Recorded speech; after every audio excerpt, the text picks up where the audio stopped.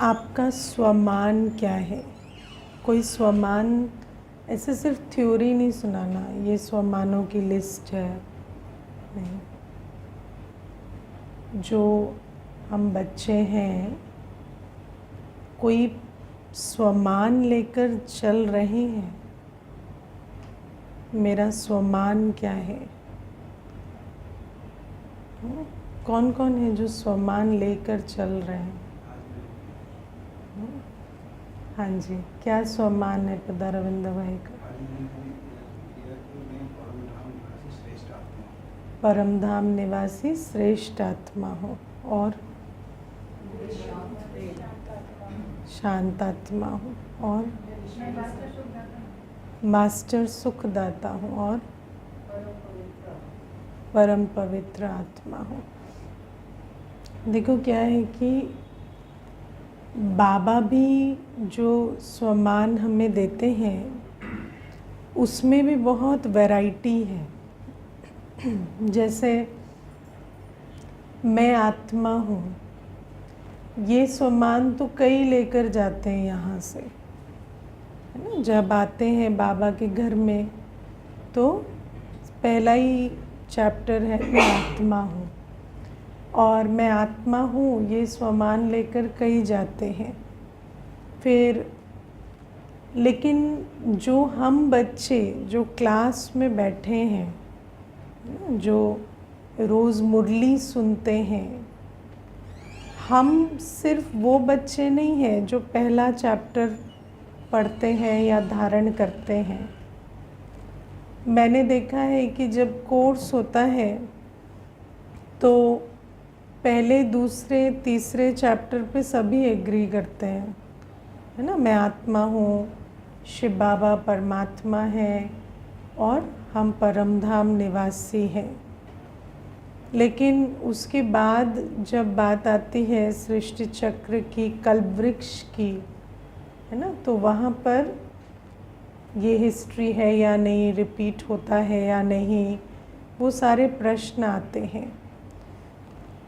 तो हम जो बच्चे यहाँ बैठे हैं, हम वो बच्चे हैं जो सृष्टि चक्र, कल्पवृक्ष, है ना, सबके साथ बाबा की उस ज्ञान को धारण करके बैठे हैं, है ना। हमारा कोई वहाँ मतभेद नहीं है, ऐसी ही बात है ना। या अभी भी कोई क्वेश्चंस है, अगर क्वेश्चंस हैं तो हम मुरली नहीं समझ सकते। अगर वहाँ क्लैरिटी नहीं है तो मुरली हमें धारण नहीं होगी, मुरली हमें समझ में नहीं आएगी। तो बाबा हमें कहते हैं हम वो बच्चे हैं जिन्होंने कल्पवृक्ष का ज्ञान समझा है, और हमें ये मालूम है कि इस सृष्टि में सर्व आत्माएं एक नहीं है, एक जैसी नहीं है, है ना। सब आत्माएं जो हैं वो अलग अलग हैं, और सिर्फ आत्माएं अलग अलग नहीं है, हमारे अलग अलग वर्ण भी हैं। बाबा कई बार मुरली में हमें कहते हैं कि मैं तुम्हें वर्णों का राज समझाता हूँ, है ना, जन्मों का राज समझाता हूँ। तो आत्मा का ज्ञान जन्मों का ज्ञान नहीं है। बाबा हमें कहते हैं ना चक्र का ज्ञान। एक तो बाप का ज्ञान किसी को नहीं है, फिर चक्र का ज्ञान किसी को नहीं है। तो अपने जन्मों को जानने वाले, अपने वर्णों को जानने वाले हम बच्चे हैं। सिर्फ मैं आत्मा हूँ जानना वो तो कई जानते हैं, है ना। आजकल टीवी पर भी जो सुनते हैं या वैसे भी सुनते हैं वो भी जानते हैं मैं आत्मा हूँ, मेरे पास अपने मन बुद्धि को न्यारा करने की ताकत है। लेकिन उतने तक तो बहुत पहुँचते हैं, लेकिन बाबा के साथ संबंध का अनुभव करना, आज बाबा कहते हैं बाबा जो है जैसा है वैसा उसे जानना और उसके साथ योग लगाना, ये अनेक नहीं करते, है ना। क्योंकि बिंदी के साथ योग लगाना और बाबा के साथ योग लगाने में बहुत अंतर है ना। तो मैं आत्मा हूँ तक तो धारणा कईयों को होती है, लेकिन बाबा मेरा बाबा है, संबंधों का अनुभव करना, बाबा कौन है, कैसा है, बाबा के कर्तव्य क्या है, उस रूप से उसको समझकर बाबा के साथ वो ताकत ले पाना, ये भी अनेकों के लिए पॉसिबल नहीं होता। फिर बाबा कहते चक्र का ज्ञान, कि इस चक्र में हम कैसे आदि मध्य अंत जो हमारा है वो किस प्रकार से चला, और उसमें भी वर्णों का राज आता है ना। वर्णों का राज क्या है कि जो आत्माएं हैं सब एक कुल की नहीं है। इस सृष्टि में देवात्माएं, धर्मात्माएं, महात्माएं, है ना, और हर एक अलग अलग समय पर आए, और ऐसा नहीं है कि सब एक जैसे हैं या एक समय पर आते हैं। तो बाबा ने हमें समझाया कि जो देव आत्माएं थी वो अभी क्या बन गई हैं, हाँ, अभी क्या बन गए, ब्राह्मण आत्माएं बनी है ना। तो अभी हम ये पहचान पाते हैं कि मैं देवात्मा सो ब्राह्मण सो फरिश्ता सो देवता बनने वाली आत्मा हूँ, है ना। तो ये हमें अपने आप को चेक करना है कि हम कितने ऊंचे स्वमान में रहते हैं, क्योंकि बाबा हमें कहते हैं कि इस सारी दुनिया में जब भी कोई आएगा, जो भी आत्मा जब भी आएगी तो पावन आएगी और पुनर्जन्म ले लेके पतित बन जाएगी। लेकिन सिर्फ ब्राह्मण आत्माएं वो आत्माएं हैं जो ये बीड़ा उठाएंगी कि पावन बनकर दुनिया को पावन बनाना।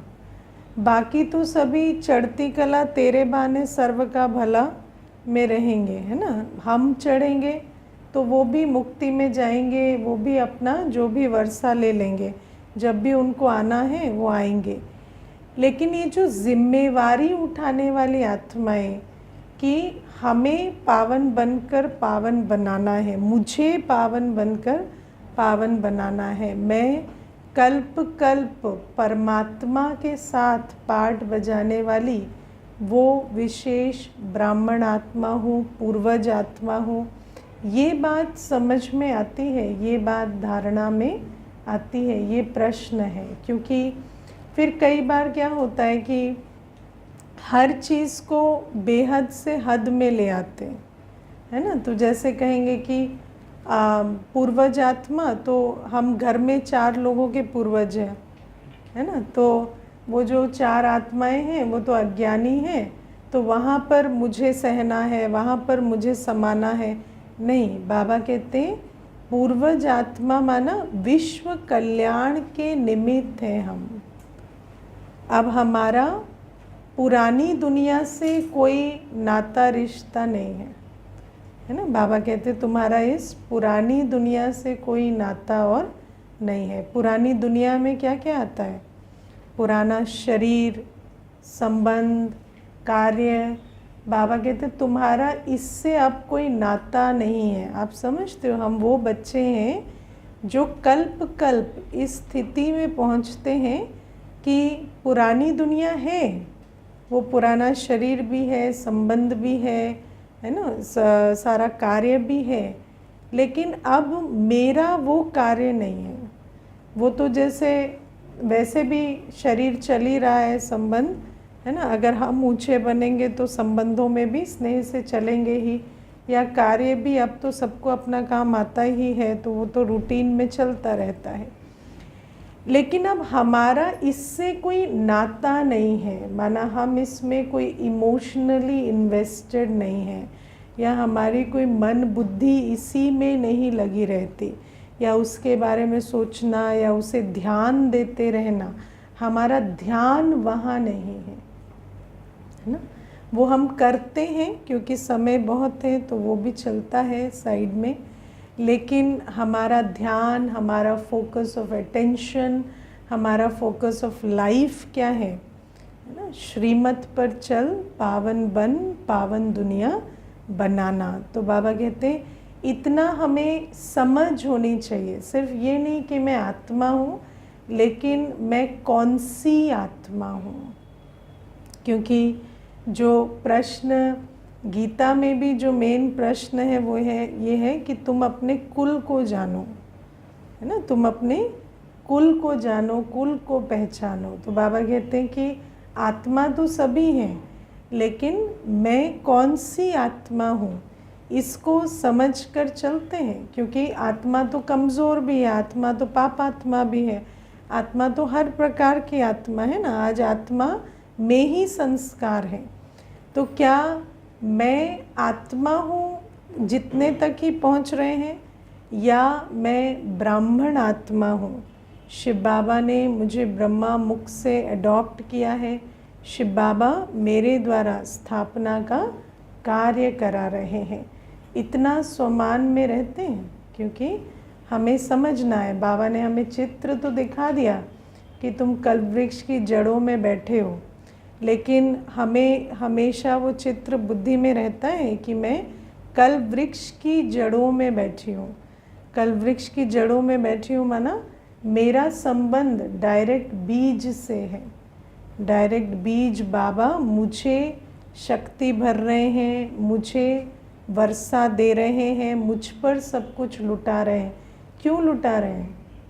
हाँ, इतनी जो पालना मिल रही है, कई तो क्या होता है मुरली मंथन सब एंटरटेनमेंट क्लास की तरह सुन लेते हैं, है ना। ऐसे ही बस कुछ नया मिल रहा है, कुछ एक्साइटिंग हो रहा है, कुछ नई बात सुनने को मिल रही है। नहीं, बाबा हमें जो इतनी पालना दे रहा है, और ये समझना कोई मनुष्य किसी को पालना नहीं दे रहा है। शिव बाबा इतनी पालना हम बच्चों को दे रहे हैं, इतना हमारे को ज्ञान का खजाना लुटा रहे हैं, गुण शक्तियाँ दे रहे हैं, इतने हमारे, है ना, विघ्न विनाश हो रहे हैं। तो ये सब कुछ किस लिए? क्योंकि बाबा हमारी तरफ उम्मीद से देखता है कि ये जो विश्व परिवर्तन का कार्य है, ये हम बच्चे बलिहार होकर करेंगे, है ना। बलिहार होना जानते हो? हाँ, दान और बलि दो अलग चीज़ें होती हैं। दान तो आप अपनी स्वेच्छा से देते हैं, बलि आप वैसे देते हैं जो भी। बलिहार माना सब कुछ स्वाहा करना, है ना। बलिहार मतलब ये नहीं कि मेरा ये दिल है तो मैं इतना करूं, ऐसा करूं। जब हम अपनी जीवन बलिहार जाते हैं तो बाबा इतनी पालना हम बच्चों को क्यों दे रहे हैं? क्योंकि बाबा कहते हैं तुम्हें रियलाइज़ करना है कि तुम वो बच्चे हो जिनको अभी बाबा पर बलिहार जाना है, और बाबा को तुम पर फिर 21 जन्म बलिहार जाना है। तो हमारा वो संबंध है बाबा के साथ। अब हम पुरानी दुनिया में, पुराने संबंधों में, पुराने शरीर और कर्तव्यों में भटकने का समय नहीं है, है ना। दुनिया में समझ तो हम सभी को ज्ञान कोर्स कराते हैं तो यही कहते हैं कि आप चारों तरफ देखो, सब कुछ विनाशी है ना, और आप अविनाशी हैं। तो वो तो ठीक है, लेकिन वो जो विनाशी दुनिया है, अब वहाँ से हमारा बुद्धि का लंगर पूरा उठ चुका है। और अब हमें क्या करना है? अब हमारा सारा ध्यान कमाई पर है, भविष्य की कमाई। हाँ जी। नहीं, बलिहार तो जैसे बलिहार जैसे अभी बकरे की बलि चढ़ा देते हैं, है ना, तो उसकी मर्जी पूछते हैं क्या? बलिहार जाना है, क्योंकि यहाँ पर देखो बाबा को जितना करना था उसने कर लिया, है ना। वैसे तो देखा जाए तो ड्रामा अनुसार हम यहाँ बैठे हैं, अब हम बाबा के बने हैं, और अब आत्मा को बाबा प्रेरणा दे रहे हैं, है ना। बाकी स्वेच्छा भी नहीं कहेंगे, इसको प्रेरणा कहेंगे। अब हमें बाबा की सुननी पड़ेगी। और बाबा कहते हैं कि अगर बलिहार अभी नहीं भी जाएंगे, है ना, तो भी दुनिया में भी तो देखो ड्रामा तो सबकी बलि लेगा ही ना, ना। ड्रामा भी तो शरीर छुड़ा कर लेकर जाएगा। लेकिन बाबा कहते हैं तुम जो अभी बलिहार जाएंगे, जो समझ के आधार से तुम बलिहार जाएंगे, क्योंकि संस्कारों की युद्ध तो उसमें भी होती है, लेकिन ये जो बाबा समझ दे रहे हैं, शक्ति दे रहे हैं, पालना दे रहे हैं, उस आधार से जब हम अभी बलिहार जाते हैं तो फिर बाबा हम पर 21 जन्मों के लिए बलिहार जाते हैं। नहीं, पर वो तो नहीं, शरीर वैसे बलिहार नहीं होता है। मानने से कुछ नहीं होता। मैं मानूं कि मैं बहुत अच्छी हूँ, उससे क्या हो जाएगा? है ना, अच्छा होना और अच्छा सोचना अलग चीज़ है। मान्यता में देखो, बाबा हमें कहते हैं कि भक्ति में मुझे, मेरे महावाक्यों को, मेरी श्रीमत को कोई नहीं जानता, है ना। तो बलि चढ़ना माना क्या होता है कि सफल करना, बाबा की श्रीमत पर चलाना। बाबा ने आज बहुत अच्छा ये समझाया कि तुम श्रीमत पर पावन बनते हो, पावन बनाते हो।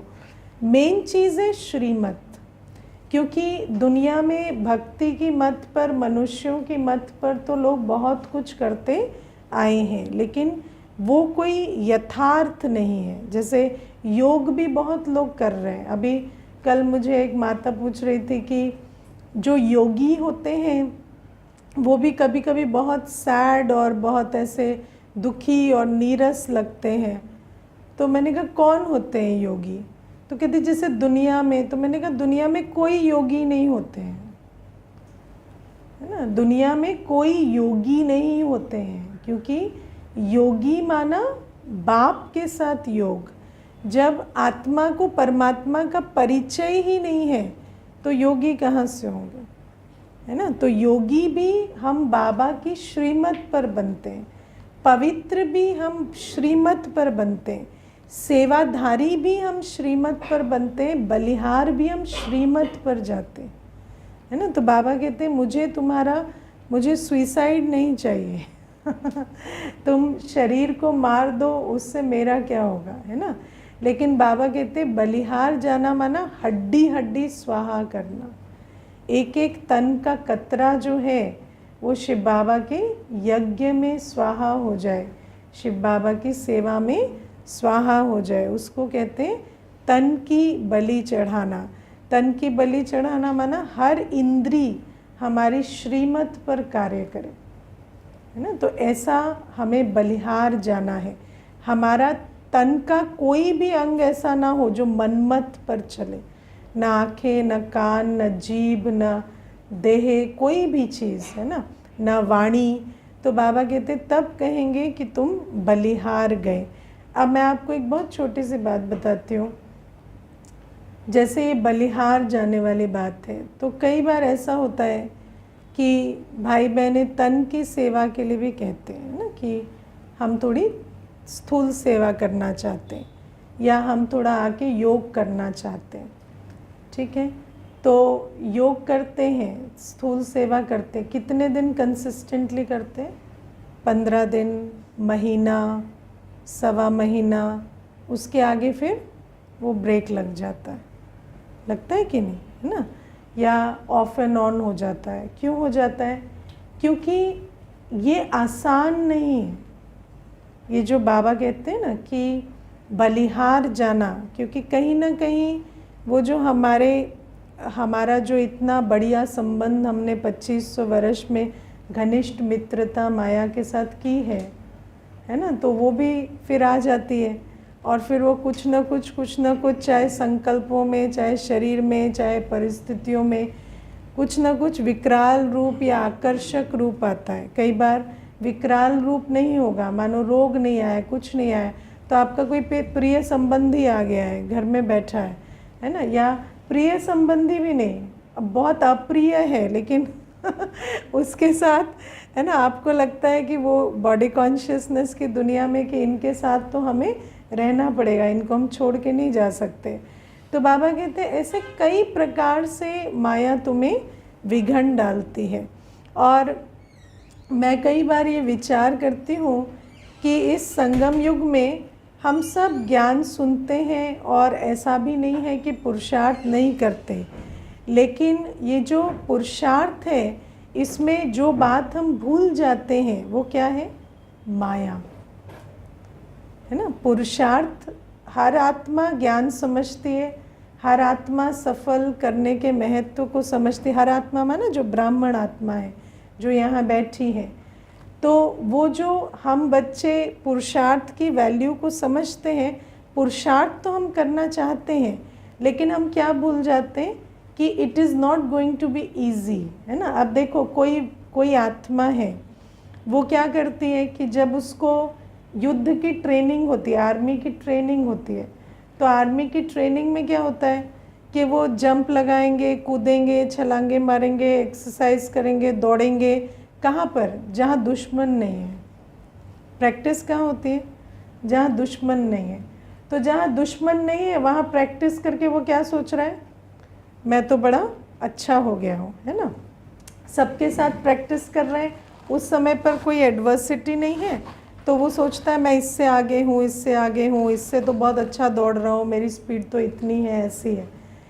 लेकिन जब फिर वो युद्ध के मैदान में जाता है तो वहाँ पर क्या है, वहाँ दुश्मन भी है ना। और फिर दुश्मन अपनी चाल चल रहा है ना, जिस चाल के लिए हो सकता है वो प्रिपेयर्ड नहीं है, और इसीलिए उसकी स्पीड तो बहुत अच्छी है, उसका इंटेंशन तो बहुत अच्छा है, कमिटमेंट भी बहुत अच्छी है, लेकिन वहाँ क्योंकि वो एडवर्सिटी को जान नहीं पा रहा, दुश्मन को जान नहीं पा रहा, इसीलिए वो वहाँ पर पराजित हो जाता है ना। और कोई दूसरा है जिसको इतनी प्रैक्टिस नहीं है, इतनी स्पीड नहीं है, लेकिन वो दुश्मन को समझ के चल रहा है और निर्णय ले रहा है, तो उस आधार से उसकी विजय हो जाती है।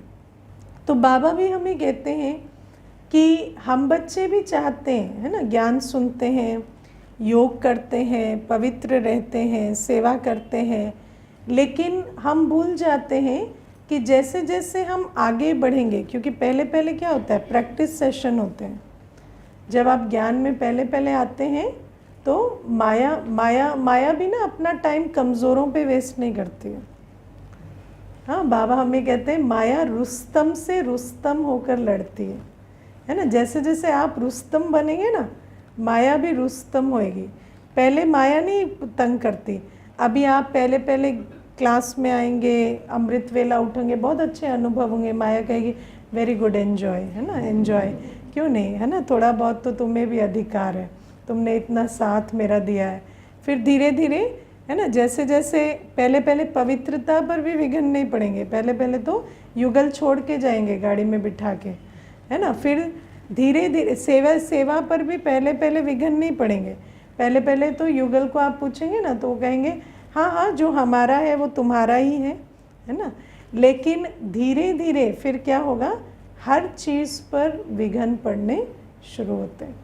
और फिर बाबा कहते हैं तुम्हें ये बात भूल जाती है कि ये जो माया है ये भी इस जर्नी का हिस्सा है, तुम और बाबा ही नहीं हो, माया भी साथ साथ चलती है। तो आज जो बाबा हमें स्मृति दिला रहे हैं कि रावण तुम्हारा बहुत पुराना दुश्मन है ना, बहुत पुराना दुश्मन है रावण तुम्हारा। क्यों हमारा सबसे पुराना दुश्मन है? क्योंकि हम सबसे पहले पहले आए और सबसे पहले पहले पतित बने। तो हमारा और रावण का साथ कितना पुराना है? 2500 वर्ष पुराना। 2500 वर्ष का साथी है हमारा रावण, समझते हो। तो जब दुश्मन बहुत पुराना हो जाता है ना, तो दुश्मन को पहचानना भी मुश्किल हो जाता है ना, क्योंकि वो तो इतने समय से साथ है जितने दोस्त भी साथ नहीं दिए, है ना। तो बाबा कहते हैं ये जो पुराना दुश्मन है ये 2500 वर्ष से तुम्हारे साथ है, और इसके खिलाफ जो लड़ाई है वो बहुत खौफनाक है। बाबा कहते हैं दुनिया में युद्ध होते हैं ना, डरावने लगते हैं, लेकिन ये जो लड़ाई है ये सबसे खौफनाक लड़ाई है। और बाबा ने इसके लिए हमें क्या बताया कि जितना तुम बाबा को याद करेंगे उतना तुम पे बल भरेगा और तुम रावण पर विजय पा सकेंगे। तो ये जो याद की बात है ना, ये हमारा मेन सब्जेक्ट है कि बाबा, अब बाबा को सिर्फ याद करना माना बिंदु रूप में तो नहीं होता ना, बाबा को ज्ञान सागर के रूप में, शांति सागर के रूप में, है ना, पवित्रता के सागर के रूप में, सर्वशक्तिवान के स्वरूप में, या पिता के रूप में, शिक्षक के रूप में, सतगुरु के रूप में, अनेक संबंधों से, अनेक स्वरूपों से जितना हम बाबा को याद करेंगे उतना हम आत्मा की जो स्थिति है वो इतनी उपराम, इतनी शक्तिशाली होगी कि हम रावण पर विजय पा सकेंगे, है ना। लेकिन हम इतना याद करते नहीं हैं, क्योंकि हम क्या भूल जाते हैं कि रावण भी है ना। हमें लगता है ज्ञान सुन तो रहे हैं, योग कर तो रहे हैं, पवित्र रह तो रहे हैं, लेकिन सेवा कर तो रहे हैं, लेकिन कितना बल चाहिए वो हम भूल जाते हैं। और फिर क्या होता है, रावण हमें पहले तो, है ना, पुचकारता है कि चलो अच्छे चल रहे हैं, अच्छे चल रहे हैं, और फिर ऐसे एक वार करता है, चाहे वो अपने संस्कारों से आए, परिस्थितियों से आए, कैसे भी एक वार ऐसा होता है कि वहाँ आत्मा बिल्कुल हिल जाती है, क्योंकि आत्मा ने अपने सर्व संबंध शिव बाबा से नहीं जोड़े हैं। आप कितने हो जो संबंध के अनुभव से याद करते हो बाबा को। मेरा बाप बैठा है, मैं बाप के सामने बैठी हूँ, या शिक्षक के रूप में, या सतगुरु के रूप में, माँ के रूप में, साजन के रूप में करते हो। कौन कौन साजन के रूप में बाबा को याद करते? हाँ, करते हैं साजन के रूप में। हाँ, भाई लोग तो कोई साजन नहीं बनाते। हाँ, साजन बनाना है ना बाबा को। मैं आत्मा हूँ, आत्मा हमेशा सजनी है, चाहे पुरुष शोले में भी है तो भी आत्मा सजनी है। तो आत्मा सजनी को बाबा को साजन बनाना पड़ेगा। तो बाबा कहते हैं डॉक्टर के रूप में, सर्जन के रूप में बाबा को याद करते हो, बाबा मेरा सर्जन है ना। बाकी वो तो नाम की दवाई तो खानी ही पड़ती है कि चलो वो तो दुनिया में दिखाना है और खाना है दवाई, लेकिन सर्जन मेरा बाबा है, मेरा इलाज बाबा करता है। तो बाबा कहते हैं जब सर्व संबंधों से इतना बाबा को याद करेंगे तो जो माया संबंध के आधार से आती है ना, वो उस पर तुम विजय पा सके, है ना। माया कैसे आती है? संबंध के आधार से, है ना। माया के अनेक रूप हैं, लेकिन एक रूप क्या है? माया संबंध के आधार से आती है। आज दुनिया में सबसे बड़ी प्रॉब्लम क्या है? लोग कहते हैं हमें लोनली फील होता है, ऐसा लगता है जैसे मेरा कोई नहीं है ना। तो ये जो माया आती है, अब सोचो व्यक्ति डिप्रेशन में, हर चीज़ में जा रहा है इस भावना के आधार से। तो ये भी क्या है? माया आत्मा को खाली करती जाती है इस एक सोच से कि मेरा कोई नहीं है। फिर अगर दुनिया में एक सोचता है मेरा कोई नहीं है, तो दूसरा सोचता है ये मेरा है ना, ये मेरा है। लेकिन वो भी अचानक परिवर्तन हो जाते हैं, भले टेम्पररी होते हैं। एक दिन झगड़ा हो जाता है, एक दिन कुछ हो जाता है, एक दिन किसी बात पे मतभेद हो जाता है, तो उस एक दिन में भी आप देखेंगे अवस्था कितनी गिर जाती है। तो ये सब क्या है? ये सब माया के खेल हैं। और माया के खेल पर हम विजय क्यों नहीं पा पा रहे? क्योंकि हम अभी भी संबंध के भान में हैं, क्योंकि हम अभी भी संबंध के भान में हैं। तो हमें समझना है कि माया तो कई रूपों से हम पर अटैक करेगी। कभी शरीर के भान से, है ना, शरीर में रोग आता है, शरीर में कष्ट आता है, शरीर में कोई एक्सीडेंट हो गया, कुछ बात हो गई, है ना। तो शरीर की जब कष्ट आते हैं, रोग आते हैं, कोई बात आती है, तो बाबा कहते हैं जितना तुमने योग बल जमा किया होगा, तुम्हारे अंदर शरीर से परे रहने की, देहभान से परे रहने की अवस्था होगी, ताकत होगी, और उतना तुम फिर माया पर विजय पा सकेंगे। माया क्या करती है?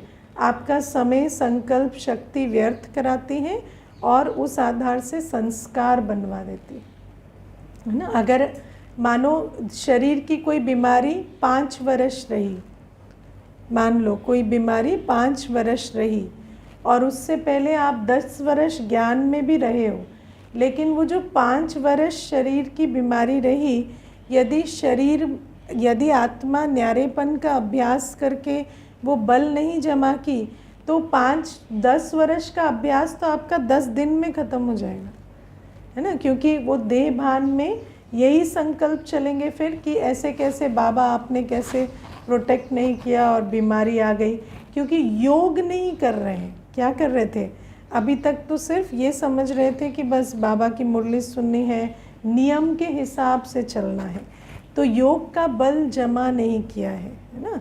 तो बाबा कहते इस प्रकार से आत्मा जब अपने बिंदु रूप बाबा के गुणों स्वरूप बाबा से हर संबंध का अनुभव निरंतर करती है, तो ऐसी आत्मा में बल होता है कि वो माया पर जीत पा सकती है। और माया पर जीत पाके हमें करना क्या है? हमें विश्व कल्याण का कार्य करना है। क्योंकि आप देखो दुनिया में व्यक्ति का तन मन धन समय श्वास संबंध वचन कर्म कहाँ लग रहा है? कहाँ लग रहा है? वही माया में, है ना। माया उनका सारा कुछ बर्बाद करा रही है। वही शरीर का भान, संबंध का भान, ईगो, स्टेटस बिल्डिंग, ये वो, उसमें कितना मनुष्य अपना दिमाग चलाता है ना। तो बाबा हमें कहते हैं जब हम निर्विकारी, है ना, विकारों से परे जाएंगे, देह के भान से परे जाएंगे। विकार भी काम क्रोध लोभ मोह अहंकार क्या करते हैं? हमारे सारे रिसोर्सेस को उस तरफ लगवा देते हैं, हमारे सारे संकल्पों को, धन को, सब उस तरफ लगवा देते हैं पुरानी दुनिया में। और पुरानी दुनिया क्या है? विनाशी अंधा कुआं है। वो तो ऐसे सारा कुछ एब्जॉर्ब कर लेगा और विनाश हो जाएगी, है ना। पुरानी दुनिया में आप कितना भी कुछ लगाएं, वो क्या है? एक अंधे कुएं में जा रहा है और फिर वो विनाश हो जाएगी दुनिया। तो बाबा कहते हैं माया पर विजय पाकर आत्मा को इतना सेंसिबल रहना है कि मुझे अपने रिसोर्सेस से, क्या क्या रिसोर्सेज हैं? तन मन धन समय श्वास संबंध वचन कर्म, तो इनसे मुझे स्व उन्नति और विश्व कल्याण करना, ये मेरी अवस्था बनाने के लिए है और विश्व कल्याण के अर्थ है। तो बाबा कहते इतनी समझ आए और इतना तुम अपने पे पुरुषार्थ करो, क्योंकि ये पुरुषार्थ है ना। क्योंकि सब करना चाहते हैं लेकिन जब माया को नहीं पहचानते, उतना बल नहीं भरते, तो क्या होता है? थोड़ी देर में थक जाते हैं, है ना। एक भाई आता था तो 10-1 दिन कोर्स के बाद चला तो इतना उमंग में रहा कि सबको चैलेंज करने लगा था। जो 5 वर्ष पहले वाले भी बैठे हैं ना, तो सोचता था कि इनको रॉन्ग आंसर आता है, मुझे राइट आता है ना। तो इतना उसको हो गया था कि मैं ज़्यादा उमंग में हूँ। लेकिन क्या हुआ कि जैसे ही 10-12 दिन पूरे हुए रुक गया, है ना। तो रुक कैसे जाते हैं? क्योंकि माया आती है ना। माया मैंपन मेरेपन के रूप में बहुत आती है, और वो जो मैंपन मेरेपन का वार है वो तो आप ज्ञान से या अभिमान से नहीं पूरा कर सकते ना। उस वार को पार करने के लिए हमें क्या चाहिए? आत्म अभिमानी स्थिति चाहिए, योग का बल चाहिए। तो बाबा कहते हैं इतना हम डिसर्न कर पाएँ कि मेरी प्रायोरिटी क्या है, हम किस लिए बाबा के बने, हम क्यों बने बाबा के? अपना वर्षा लेने के लिए। तो कोई भी बात जब आती है तो पहचान पाना कि ये मेरे और मेरे वर्षे के बीच में आ रही है। कोई संकल्प को भी पहचान पाना, उसके लिए क्या चाहिए? बहुत उपराम स्थिति चाहिए। बाबा की ज्ञान, बाबा की याद के बल से अपनी अवस्था बहुत नॉलेजफुल होनी चाहिए, बहुत पावरफुल होनी चाहिए। तो बाबा कहते हैं इतनी अगर हम खुद पर मेहनत नहीं करेंगे तो निरंतर पावन बनना और पावन बनाने का कार्य नहीं कर सकते। थोड़े समय कर लेंगे लेकिन निरंतर यदि हमें ब्राह्मण जीवन का अपना कार्य करना है तो हम वो नहीं कर सकेंगे यदि इतना मेहनत हम स्वयं पर नहीं करते। तो आज की सारी मुरली इसी बारे में है कि मैं ब्राह्मण आत्मा हूँ, मुझे श्रीमत पर पावन बनकर विश्व कल्याण करना है, और रावण मेरा बहुत पुराना दुश्मन है। मुझे बाबा की याद से, श्रीमत के बल से, है ना, मुझे रावण पर विजय पानी है। और बाबा ने आज हमें बहुत अच्छी बात कही कि गृहस्थ व्यवहार में रहते तुम्हें अगर पवित्र बनना है, नष्टो मोहा होना है, तो तुम क्या करो, श्रीमत पर चलो और पवित्र बनो, है ना। क्योंकि जब हम पवित्र नहीं बनते, श्रीमत पर नहीं चलते, तो ये जो पतितों के साथ लेन देन है ना, भोजन की और हर प्रकार की, देखो पवित्रता में हमें बाबा ने कई मर्यादाएं बताई हैं। एक तो काम विकार, फिर पतितों के हाथ का भोजन नहीं खाना, है ना, बेड पतितों के साथ शेयर नहीं करना, या बेड तो किसी के साथ भी शेयर नहीं करना। तो इस प्रकार की जो मर्यादाएं हैं, जो हमें पवित्रता की मर्यादाएं हैं, है ना, काम विकार, भोजन, क्योंकि इन सब से हमारी बुद्धि भ्रमित होती है।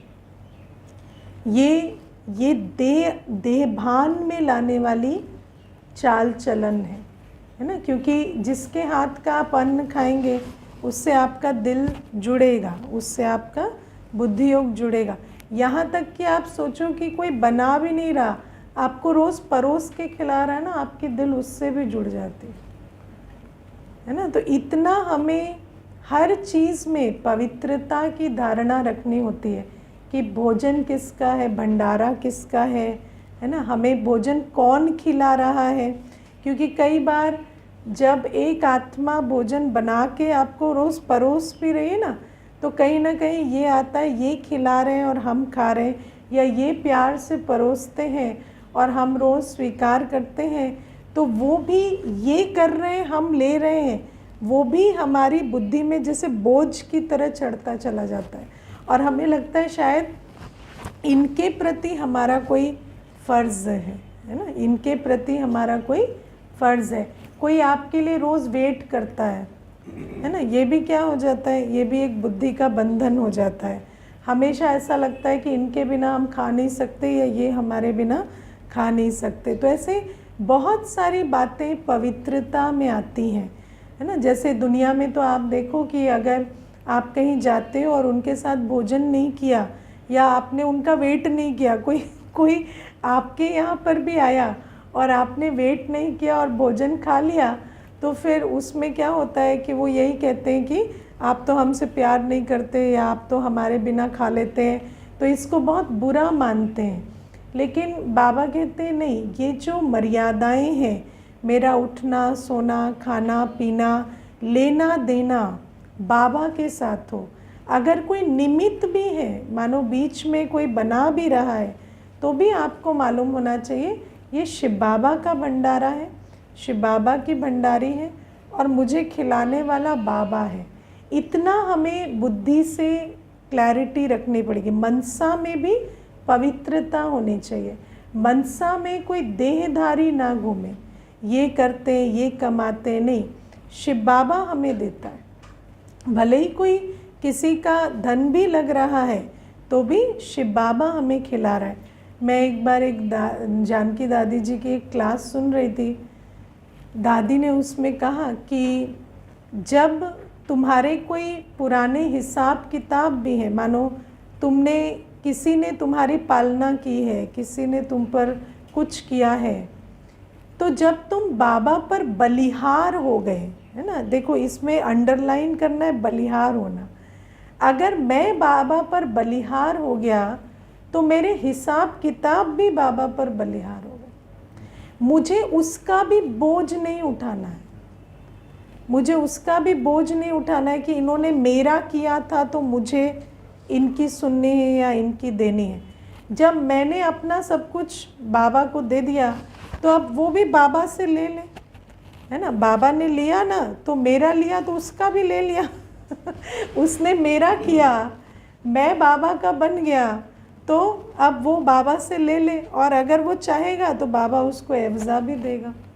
तो बाबा कहते इतना हमारे अंदर पवित्रता होनी चाहिए। मनसा की पवित्रता माना मैं एक बाबा का और किसी का नहीं, और बाबा एक मेरा और कोई मेरा नहीं, है ना। मेरा सब कुछ बाबा से है। भले कोई निमित्त भी बनता है, तो भी मुझे बाबा खिलाता है, बाबा चलाता है, बाबा सब कुछ करता है। क्योंकि मैं बाबा पर बलिहार हूँ। इतनी हमें क्लैरिटी होनी चाहिए, लेकिन अंडरलाइन करना बलिहार को, क्योंकि कई बार क्या होता है ना, जो सत्य है उसको सिर्फ एक रोमांटिक आइडिया की तरह ले लेते हैं कि हम बाबा के बन गए हैं, बाबा हमारा बन गया है ना, हमारे। अब अपने तो सारे हिसाब किताब बाबा को दे देंगे, बाकी कुछ नहीं देंगे बाबा को, है ना, ऐसे भी बहुत होते हैं। तो इसीलिए बाबा बलिहार जाना माना प्रैक्टिकल होना चाहिए। अगर प्रैक्टिकल में आप बलिहार गए हैं तो बाबा आप पर बलिहार तो 21 जन्म तो जाएगा ही, लेकिन इस जन्म की भी आपकी सारी लेन देन बाबा से है ना। भले ही कोई आपको, मानो आपको कहीं जाना है और आप भूल गए, है ना, मानो कोई सेवा पे जाना है, भूल गए, कोई आपको अचानक पूछ लेता है आज आपको कहीं जाना तो नहीं है, तो उसको थोड़ी पता है आपको जाना है। कौन आपको इशारा दे रहा है? बाबा दे रहा है। बाबा सब कुछ करता है। जो बच्चे बाबा के बन जाते हैं, बाबा किसी को भी निमित्त बनाकर आपको शफा देगा।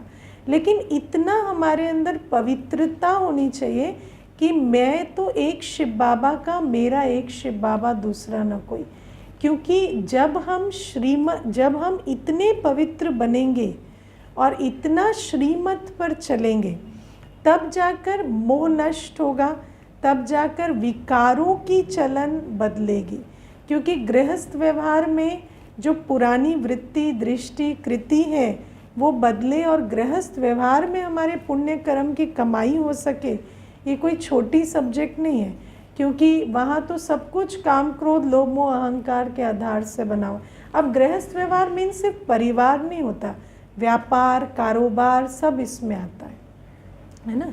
तो व्यापार, कारोबार में भी मैं कर रहा हूँ, मुझे कमाई करनी है, मुझे ये करना है, नहीं, बाबा का है, मैं निमित्त हूँ। बाबा को बाबा सब कुछ करेगा, बाबा कस्टमर भेजेगा, बाबा कमाई कराएगा, बाबा सब कुछ करेगा, लेकिन आप अपनी जीवन को बलिहार करके बैठो। तो बाबा कहते हैं इतना हमें लाइट रहना है, और गृहस्थ व्यवहार में इतना लाइट रहेंगे तब तो जाकर अपना सर्वस्व यज्ञ सेवा में लगाएंगे। और उतना यज्ञ सेवा में लगाने के लिए, लाइट रहने के लिए हमें पहले चाहिए पवित्रता, है ना। बुद्धि की भी पवित्रता, मन की भी पवित्रता, तन की भी पवित्रता, धन की भी पवित्रता।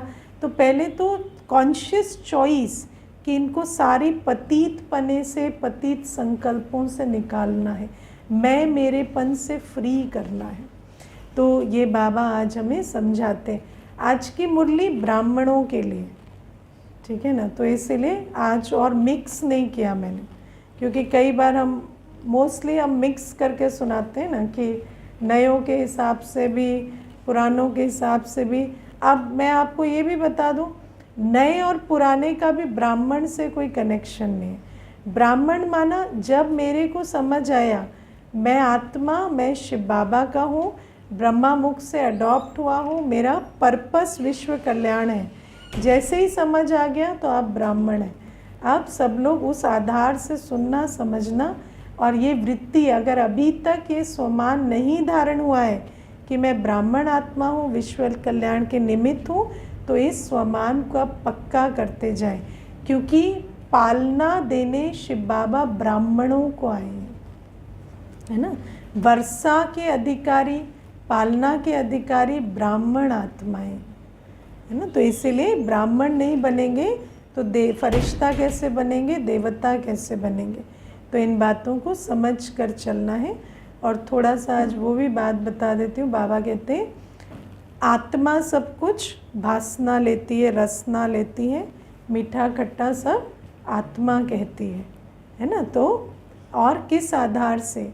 संस्कार के आधार से, है ना। तो हर चीज़ का अनुभव, चाहे कोई भी इंद्री, जैसे ये तो हमें कहीं ना कहीं क्लियर हो गया कि जब हम कुछ देखते हैं तो वो हमें कैसा लगता है, अच्छा लगता है, प्यारा लगता है, कोई भी भाव आता है, कोई घृणा भाव आई, कोई वैसा आया, तो वो किस आधार से आता है? संस्कार के आधार से, है ना।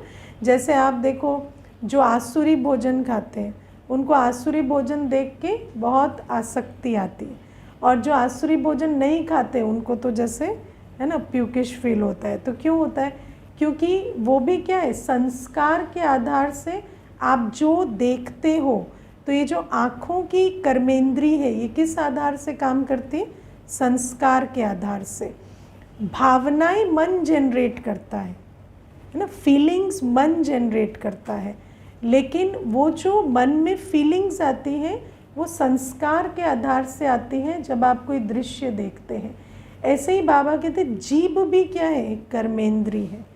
तो आपको कोई चीज़ खट्टी लगती है, मीठी लगती है, बहुत खट्टी लगती है, बहुत मीठी लगती है। एक ही टेबल पे आप देखना 3 लोग बैठे होंगे, आप पूछेंगे नमक ठीक है, तो एक कहेगा नमक तो आज बहुत डल गया है, दूसरा कहेगा नहीं नहीं बिल्कुल एक्यूरेट है, तीसरा कहेगा थोड़ा नमक पास करना, है ना, नमक ही नहीं डालते हो आप लोग, है ना। तो ये क्या है? ये नमकीन मीठा सब चीज़ें कैसे पता चलती? संस्कार अनुसार, है ना। अगर किसी ने कभी नमक नहीं खाया है तो उसको सब्जियों में भी नमक अनुभव होता है, फ्रूट्स में भी फील होता है कि हाँ ये इसमें ये सॉल्ट का एलिमेंट, नेचुरल सॉल्ट भी उसको टेस्ट में आता है। और जिनको बहुत वो संस्कार बनाए वैसे डिब्बी झोंक झोंक के भी नमक खाते हैं ना।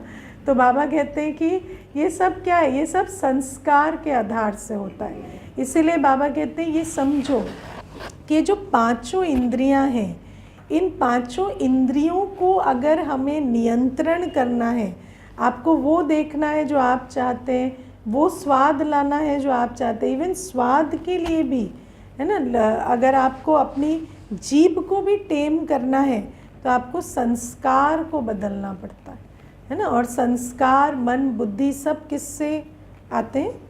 आत्मा की स्थिति, कॉन्शियसनेस, है ना। संस्कार को संस्कार बदलने से संस्कार नहीं बदलते।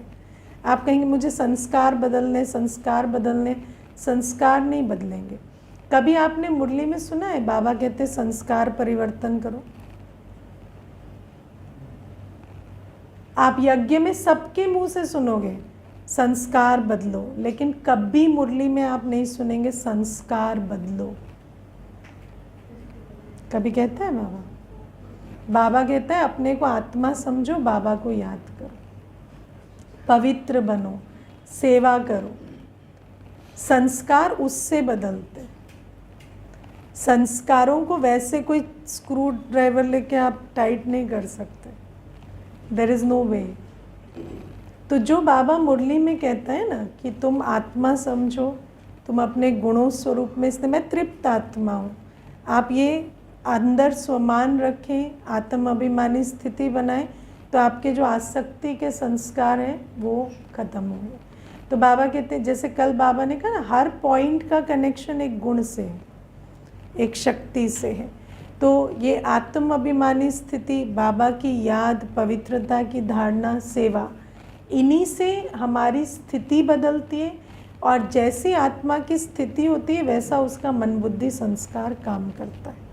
तो ये भी जो हमारी 5 इंद्रियां हैं, इनका अगर आपको विजन, परसेप्शन, है ना, स्वाद सब बदलना है तो उसकी भी विधि वही है, आत्मा, बाबा, है ना, और पवित्रता और सेवा।